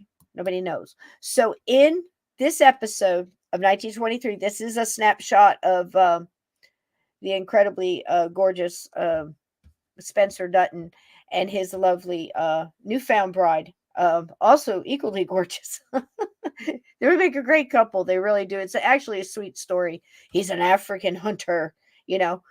Uh, but in this episode 5, they tell the story about the Sabrina. And when they speak of the Sabrina, they make it sound very much like a Bermuda Triangle kind of thing. But you know what? It kind of was. The crew just disappeared. everything left on board, no sign of any struggle, no sign of anything. So there you go, two stories. If you hear about 1923, or if you're watching the show and you had any questions about that, that's the truth behind that. But it's a great story, and something else that's worth mentioning. The good part about 1923, it's meticulously done, wonderful cinematography, costuming, the whole works. They cared about this show. Okay. And I think it's an amazing, to add into this, that think about what you just saw in 1923. Look at this young couple here. Now they happen to be leaving Africa. He's in Africa. She was going out with a rich family, and it was two extremely rich families. Think Vanderbilts, okay? And they got together for this destination engagement party, and that's where they meet. But the show shows what was going on in Africa in 1923, in Montana on a ranch. If you were a cowboy and you were rustling cattle in 1923, in town in Montana, with the cinema and showing off all the new electric gadgets. And then if you go and watch some of these other shows, you can kind of get a feel for how it was in New York and in Hollywood by just looking at these videos here. So there's a couple of one true mystery and one kind of true ghost story from 1923. I was just sharing it. Did you hear all that mess? But I saved him for you. But we're going to talk mostly about it. We're just tomorrow night. Maybe Steve can bring us one of his favorite stories and talk about it, or something like that. Yeah, I've got some stuff for tomorrow night too. But here's just a couple little facts with good old HP. We couldn't do without Steve. Howard Phillips Lovecraft, August 20th, 1890 to 1937, was an American writer of weird science, fantasy, and horror fiction. Wait till you see the pictures I have of him. In 1923, he released The Lurking Fear. Look at that one, Steve. And he had inspirations and stuff, but he was the first one known for weird fiction, as he called it. Yep. An interesting character. The Lurking Fear, a demon rat-like scurrying from the pits remote and imaginable, a loathsome night spawned flood of what? And that was how H.P. Lovecraft wrote. So that was, again, his novel, 1923. His interest in weird fiction began in his childhood when his grandfather preferred Gothic stories, would tell him stories of his own design, which is very cool. So good, that he got that from his family. I found this interesting. Lovecraft scraped by financially. He wrote more than 60 short stories, plus some novels and novellas, but also penned an estimated 100,000 letters to friends and fans. Sometimes he skipped meals to pay for the postage. And there's the cover dedication to your fans collection. And your friends. How about that? And he was kind of a recluse too. He didn't like being out in society. He was not a people person. No, he really wasn't. Look at this. This is all his creations. Some of them. Just a few. Cthulhu, he which cannot be named. Yeah. Lurking horror. Look at that. The oldest and strongest emotion of mankind is fear. And the oldest and strongest kind of fear is fear of the unknown.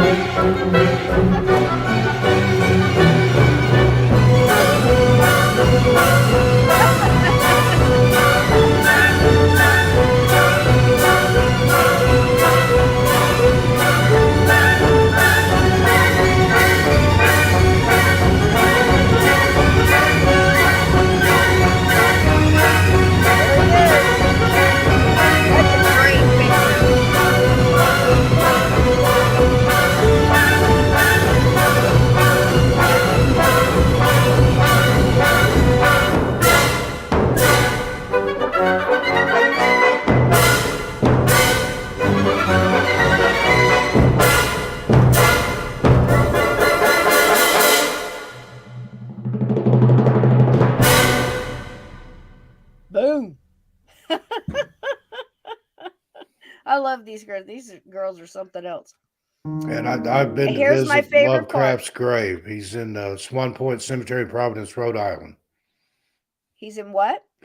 Swan Point Cemetery in Providence, Rhode Island, where he's buried. Ah, I paid a pilgrimage.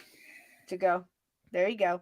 All right, here's one of my favorite parts. This is the man that got me started on this 1923 thing, and he is something else. I feel like I've spent time with him this week.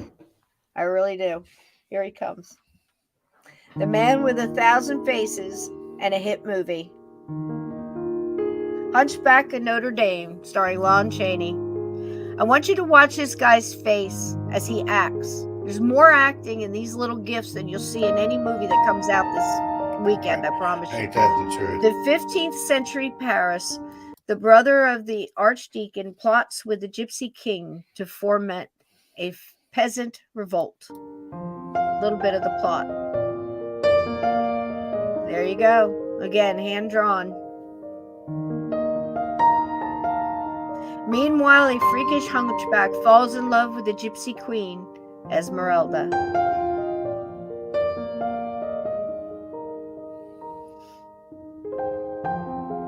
Look at this. This is from the original 1923.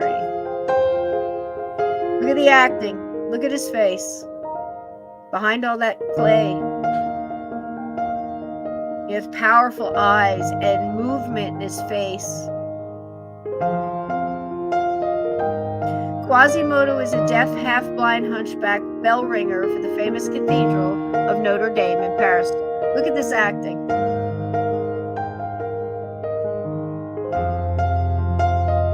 He is magnificently brought to life by Lon Chaney Sr.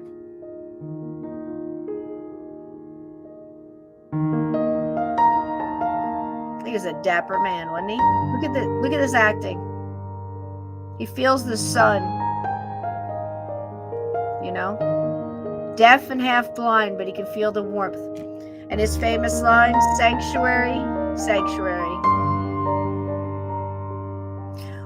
Now, Wallace Worsley Jr., son of the film's director, said that many of the extras for the massive crowd scenes were recruited in downtown Los Angeles for $1 a night and meals among them. He said, "We're a good number of prostitutes who did a considerable sideline business on the sets." Imagine that. They're just like us. Look at that acting. They got their dollar and they figured out a way to get some other people's too. Took their dollars. There they go. Look at her. That's a perfect shot right there, Steve. Perfect shot. Here he is in action. This is Lon. Not a pleasant scene, but it's an acting scene. He could act. Look at the face. Amazing, isn't it? It just is. 1923, the Monkey Paw film is released. The Monkey's Paw. How many people know this story? How many had to read it in high school? Written by W. W. Jacobs, 1863 to 1943, and he wrote it in 1902. And the paper said, the plot steeped in weird atmosphere, alive with tense melodramatic thrills, but lacking the slightest suggestion of romance. I love that. Oh, thrilling. You can even buy your own paw. Look at this, Steve.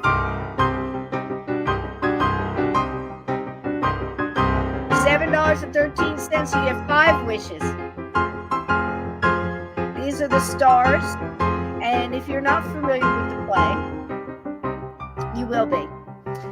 A monkey's paw endowed with the magic power of granting 3 wishes and a horrifying conclusion. You know those things never work out just right. Now, these are all the other horror films. Look at the amount of horror films. And this is just some of them. There were some in French that I couldn't get clear pictures on, but amazing amount coming out of France and the UK. And look at here. all in 1923. Warning Shadows, The Untamable, Crime and Punishment, and Felix the Ghostbreaker, 1923. They were just interested in the paranormal, just like us, Steve. They laughed, they cried, they feared, they loved. That seems so long ago.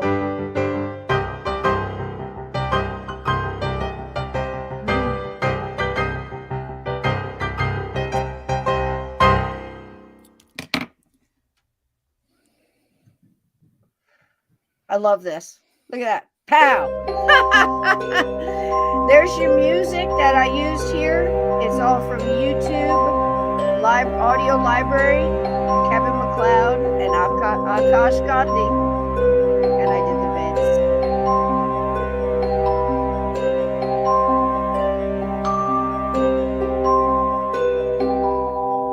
There he goes, Buster Keaton. That's a great little one right there, buddy. That was good. What'd you think, huh? Excellent. You put a lot of time and effort in that. A lot of research. I've got one more for you. Now, I'll tell you what, Stephen, I got a little surprise for you tomorrow night. I don't know how much you guys know about the Monkey's Paw, but I wanted to say this and then ask Steve what he thought. Monkey's Paw, if you didn't have to read it in school, or usually you had to read the original, and if it's in the original way it was written, it's difficult because of, the barrier of being old English and different sayings and slangs. But if you can dig down in there and you're going to get the gist. It's a story just like anybody else's, a family at home. They're out rural in the country, and they're sitting there playing chess after dinner, and the dad is looking forward to seeing an old military soldier friend of his, hasn't seen him for 20 years, and has been sending him pen pal letters back and forth. And this is his father's way, I believe, of escaping. And telling the mom it's her mom's way of listening too and escaping. And the son is going off to work and at the factory that's about 2 miles away. Thank you so much, guys. I appreciate you like that. And so what happens is the soldier comes to visit, and after 20 years, his good buddy, and they sit down, and he has an item with him. And to the father of the house, the item seems amazing because it's from India, and it's got magical properties. And it's that simple story about wanting more than you have and not appreciating what you have and making wishes that don't quite turn out the way we think it's going to turn out, right, Steve? There are consequences. Yeah. And the cool part about that story is I can understand, and a lot of my author friends and my friends who enjoy to read good stories will appreciate there's all the parts to that story. It's a short story. And all the parts of the story are multiple, importance. Don't get me wrong. But the very beginning and the very end is extremely important in my eyes, because in the beginning, there is an emphasis that this home is rural and it's raining and there's a storm, and they don't get a lot of company. And there's a reason for that. And at the end, there's a reason on how it ends. And tomorrow I'm going to tell you what that arc is and what I feel it means. But when they change the story from the original, it loses all of that. It does. And that is one of the most magical. Because the moral stories. is be careful what you wish for, because you might just get it. Mm-hmm. Mm-hmm. And I can remember hearing this story on Gettysburg Battlefield in a little hotel, and my uncle told it when we were kids. The first time I ever went to Gettysburg, and told the Monkey's Paw story, and I swear somebody knocked on the door. And and I mean, I don't know. Everybody I knew was right there. Use that third wish. Whether they had somebody do it or not, I don't know. I won't say anymore, but quick, use that third wish. Real quick. All right. So while I was doing this, now we're about out of here. I was gonna tell you guys that I have a little surprise for you tomorrow night after Steve and I talk. He's going to tell us a little bit about Lovecraft, because I don't know. I'm learning on him. Wasn't somebody I read growing up. I'm absolutely familiar with him, but what I know is pretty much what I told you tonight, and some of the other stuff too. we'll get to. But Monkey's Paw was released, the British version, in 1923. There was an earlier one. It didn't do too good. I couldn't find you that because the original is done. It's a silent movie, and it's done so dark you wouldn't be able to see it. But I found you one that is as close to the original written word as possible. And it's about a 25-minute video. We're going to share that tomorrow night. You get to see the Monkey's Paw in celebration of 1923. And it's so good. And if you haven't seen it, you're in for a treat. But I figured tonight, Steve, we ought to kind of leave out with this man here who I think started it all. And for me, anyway, for this week and this subject, I really felt like I spent all day Tuesday on this. And I researched him and I started looking. Once I started looking at the pictures and started looking into his eyes and seeing the way he acted and the way he expressed himself and the little things at the end, like the little, or just the smile and the nod, you get a glimpse into this man. He was the father of Lon Chaney Jr., who also went into horror. And they had not the best relationship, but both of them, from what I could gather, were honorable about the ways they acted around each other. Men were a little bit different. They either wanted to come up on their own and do it their own, or, you had your Vanderbilts and you're, just getting in on the name and daddy's going to fix it and pave the way. Yeah. Cheney's You weren't had like that. those accusations leveled at Lon Chaney Jr. that he was just trading on his daddy's name. He didn't. But he didn't. He was around that man. He grew up around that man. Again, they didn't have the best relationship, but he learned from absolutely the best. He did odd jobs. He did carpentry. He dug ditches. He worked in a factory. He went multiple jobs and did not change his name. He had a different name, much like Nicolas Cage, who is the nephew of Francis Ford Coppola, but didn't get in on that. He changed his name. He didn't want to be known. Coppola is his real name. Yeah. And Lon Chaney Jr. did the same thing. So I figured, without further ado, let's look into a little bit of Lon Chaney Sr.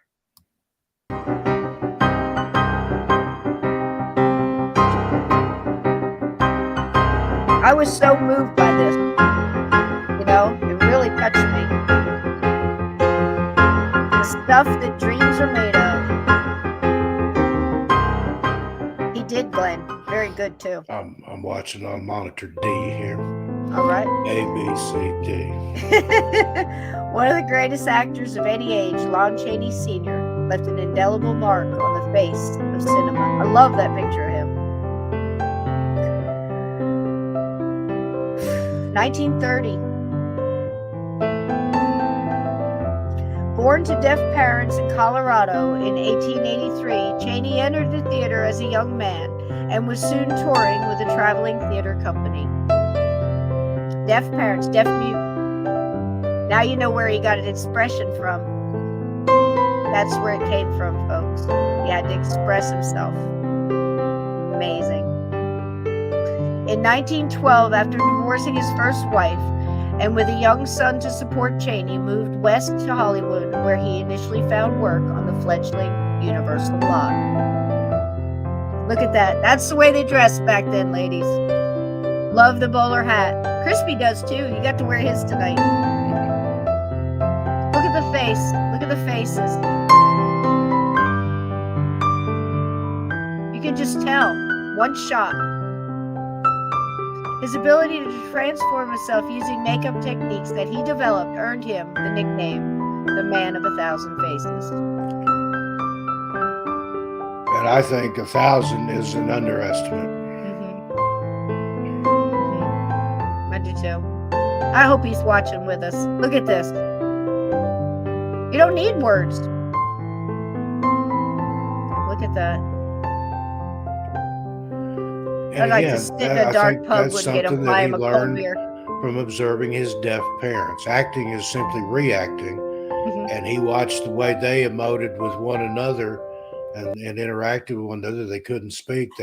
Sounds like they didn't know sign language. Yep. So they had to use their face and their hands and their body Yep. to Look at emote that. and to gesture and to put meaning into what they were trying to express. And he observed they grew up with that. And look at it. And So, he made it work. And he supported his family, and he was very good with it. He was one of the ones that, bought a house, built a house, and, got his family. When he got married, he sent for his son right away as soon as he could establish a place. But as they grew apart, but trying to establish, each other. But here he is. Amazing. Prior to the mid-20s, actors were expected to do their own makeup. In the absence of such specialized profession, Chaney's skills gave him a competitive advantage over the other actors. He was a total package. There is his makeup case, 1927. Simple, right, Steve? That's what you were talking about? yeah, Look at the faces, it's so simple. Even without makeup, look at him. Look at the expressions. Look at that. Love this one. The pirate was talking to And little he devil. used, I forget Here what it's it called, is. but it's mortician's wax. There it is, that scene. I want to go back and show you that. This is the scene where he's actually using somebody else's foot, but this is a scene Steve was telling you about where he actually put his legs behind him. And trust him back there. He made Look at that. a leather harness and brace, and he just about ruined himself. He had to like learn to walk again because he spent so much time doing in this that role that he atrophied his legs. Yep. It's crazy. Look at that. Let's found a cut. That movie right there is lost. There's only a few little cuts left. And look at that. This one got me to the clown. Look at that. And the little shrug at the end. Just the emotion. Like he's in there, He did The Phantom of the Opera in 1925. Here's where your horror started, ladies and gentlemen. Here's where we could not wait for the scare. Phantom of the Opera, Lon Chaney. Famous when he reveals his face in right Phantom of the Opera, there was literally people in the audience that fainted. Just fainted. That was so frightening. And, To and them, that scene right there. They never saw anything. This one breaks my heart. This is the one, London After Midnight. London After Midnight. As Professor Edward That's a lost film. It's there gone. are some stills and some little bits of it, but that one is gone forever. This is the only stuff that's left. They think somewhere somebody may have a copy of it, but this film the problem is lost. with those old films, they're on the cellular, they're on silver nitrate, and that stuff turns to dust and is actually flammable after. It's highly flammable. Look at that. Some stills and some just little bits and pieces. Just these stills. This is all that's left. It's amazing. Look at that. This film has been lost. Hey, Sapphire. Look at that. Now again, Becky Coogan and Lon played Fagin, 1922, just before The Hunchback. And Jackie Coogan again. And in Treasure Island, he played two parts. He played this one here, Blind Pew, and the next one, Mary. In Treasure Island, there's a clip. And there's his two parts. All that he did himself. You got very little wardrobe. You put your own stuff together. Isn't that amazing, Steve? Two parts. Here he is as Mr. Wu. Yeah, and I believe he was one of the first actors that played a dual role in a film, a dual lead role like that. You could very well be right. Look at that. This is the one with the circus. And it was so huge, The Hunchback. And there's the James Cagney film, Glenn. Look at the faces. Lon's son became known as Lon Chaney Jr. He did finally change his name to his father's name. There's his dad, and there's some of his faces. If it wasn't for Chaney doing this, look at what we wouldn't have had. This is The Unholy Three in 1930. Was the first talkie and the last film of Lon Chaney. Professor Eccles, God's gifted genius, the greatest ventriloquist of the age, the man of 100 golden voices, Professor Echo. Thank you, Doctor. Thank you. Now, folks, if you'll just gather around a little closer now. Come right in a little closer. That's it. That's fine. That's fine, folks. Now, then, if you'll be real quiet, I'll see if I can get the little boy to say something. Well, how are you today, Tommy? Oh, I'm feeling fine, thank you.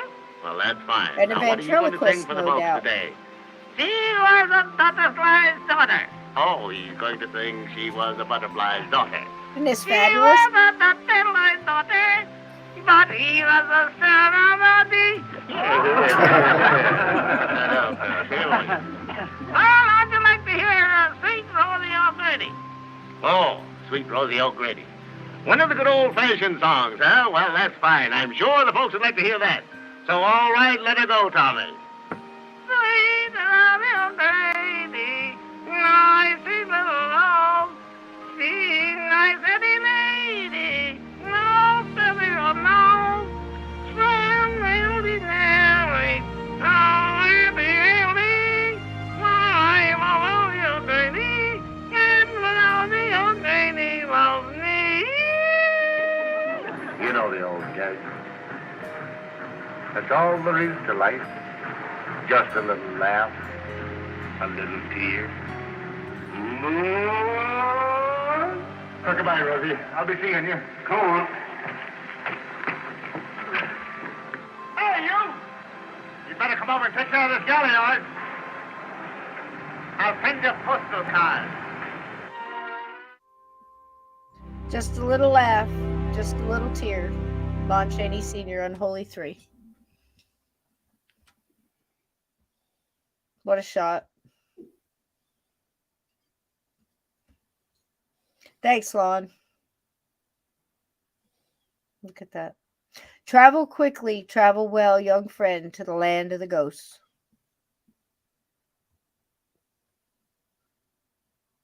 The name of the song was Till Death Parts Us, Akash Gandhi. Oh, there you go, Steve. Hell of a legacy, I'd say. Yeah, that's something. And just thank you, Cisco, for putting all this together for us. Oh, you're welcome. I mean, 1923. Digging around in there. I mean, all the tragedy tomorrow. Like I said, I'm going to write up a little bit on Rosewood because I think that should not be forgotten.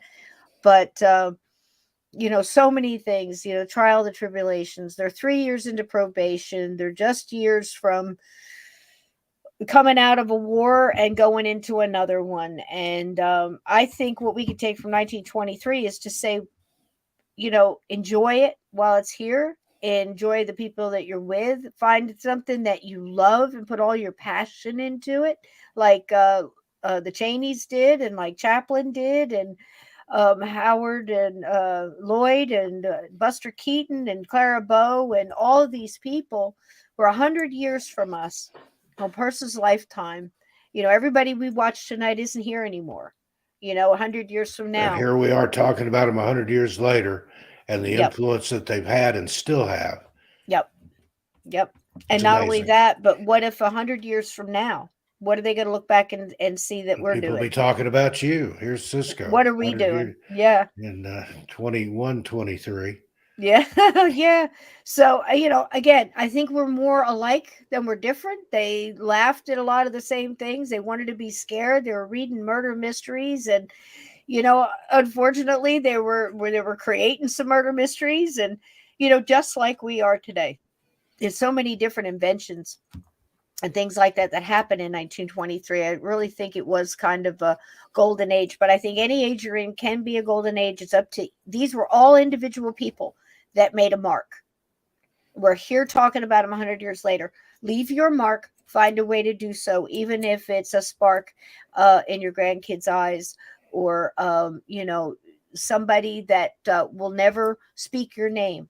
Their soul knows what you did, and your soul will remember, I believe, when you get to the other side. And you'll see how important the kindness and the right things were, and keeping the lights on. And we're going to keep the lights on for you here.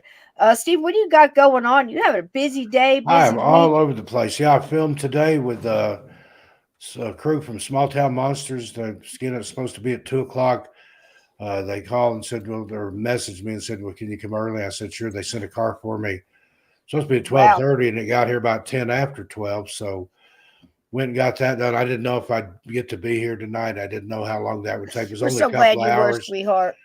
Filmed three segments over there with Seth Breedlove and his crew of wonderful people.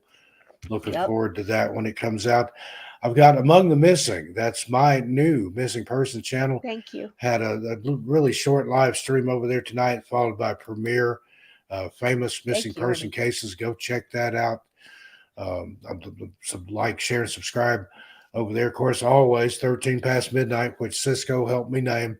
That's my paranormal supernatural playground, my sandbox over there. A lot more content coming over there where I'm doing the narrating instead of playing those LibriVox recordings. And I've got Saucer Cult. That's my UFO channel. And I like the pre-abduction stuff. I like the part when it was flying saucers, when it was little men from space and robots and things. Yeah. Right now, all I've been doing over there is showing these old, so bad they're good 50s flying saucer movies. But that stuff is great. I mean, it really is. But Thin Lizzy and I are doing that together. We've got some amazing, amazing content coming up over there. And if that's not enough, I've got a true crime channel in the works. Watch for it. It's already set up. I'm just waiting to get the content ready to go. I tell you what, I'm going to have a true crime story tomorrow night. I'm writing about 3 different books. Kathita Cat Gray and I are working on a project together. And then Midnight Society and I have about 4 that we're doing. And then we've got all these live shows planned. I'm going to be in Phoenix, Albuquerque, and Denver. And then this Labor Day, I may or may not be at the 2nd annual Dogman/Cryptid Conference in Fort Worth, Texas. We're at this year. I've been invited. I don't know if I'll be there or not yet. And then Cisco, you and I've got something coming up in the fall in Asbury Park once we get the logistics worked out. Let's get that together, man. Live show, storytelling, and then a pajama party. We're going to play old horror films or In Search Of or anything we want to, because it's a private event and we can show whatever we want if it's on a DVD or a Blu-ray. There you go. That'll be cool, man. That'll be cool. Stay up all night and watch crazy old TV, then go out to breakfast and then tell some more stories. That sounds good. That's 2-day event. We'll walk the boardwalk, man, and there's a lot of ghosts out in Asbury. I'm telling you right now. Yep. Lots and lots and lots. And all right, guys, what do you want? You want skeletons? I am busy. I like that. I'd rather have more than I can possibly get done than not have enough to do. I like what that. What do you guys want on the way out? You guys want Jim the Skeleton? You want the train? You want to ride the train on out of here? Let's go. All right, guys. Thank you so much, Steve, for showing up tonight. We'll be back tonight. Guys. Same bat time, same bat channel. We'll continuing this 1923. Yep. And we're going to watch the Monkey Paw together. And I think going forward, we should pick certain years, like maybe the year you were born or that I was born. What was going on then? What was popular? What were people doing? We could do every single year. No matter what year you picked, there was something going on, Steve. Yeah. It absolutely blew my mind at 100 years ago and how much Lon Chaney and some of these writers and, the way they took a novel and did it, to the word, that Monkey Paw was to the word as the novel is. And you can still find those, but a lot of them aren't like the best or couldn't show you here or whatever. But I was so lucky to find the one you're going to see tomorrow night. So look forward to that. And if you hadn't seen it, it's a real cautionary, a little cautionary tale, and I think there's multiple levels to it. And we can talk about that too tomorrow night. Steve, I love you, baby. I'm so glad you're busy. Love you too. Love all the people here. Thanks for coming and listening to us. Thanks keeping us off the streets. For coming in. And we'll see you back here tomorrow night. Absolutely. And please hit the like on the way out. And thanks so much. I love you too, sweetheart. Thanks for coming in short notice. Here we go, everybody. Good night. I'll put your comments up. Say good night, everybody. Thanks so much for coming in. And if you're new, please subscribe. If you subscribe, I love you. And bacon to everybody. Peace, love, be kind to one another. Keep your closet door shut. Keep your feet under the covers because there are things that go bump in the night. Good night, everybody.